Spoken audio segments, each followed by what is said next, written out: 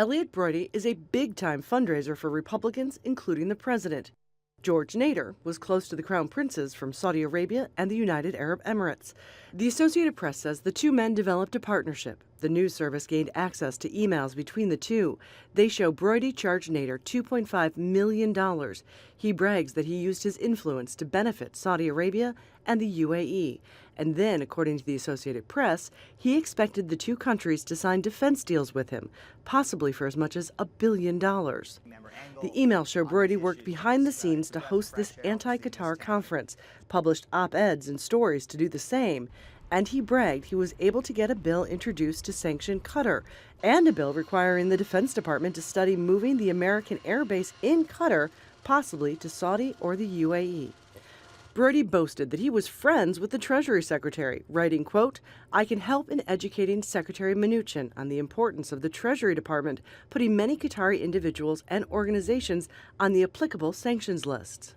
According to the emails, Nader helped prep Broidy for an upcoming meeting with the U.S. president, who he called a priceless asset.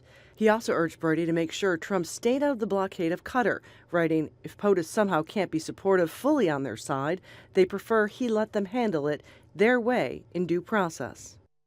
Broidy wrote back with his notes of the meeting with the president, saying he described Qatar to him as a television station with a country.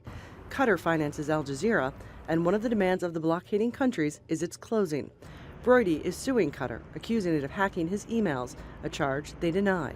But the emails pose potential problems for both men, who didn't register as lobbyists for a foreign government. Elliot Broidy, the financier and Republican Party figure who was involved, is not registered as a foreign agent, and he appears to have been in line to get $1 billion from the United Arab Emirates and Saudi Arabia for various lobbying activities, including the plot against Qatar. That, I think, could have legal repercussions. Nader was taken into custody and is now cooperating with special counsel Robert Mueller, meaning this likely won't be the last time we hear about what these two were doing, for who, or for how much. Patty Culhane, Al Jazeera, Washington.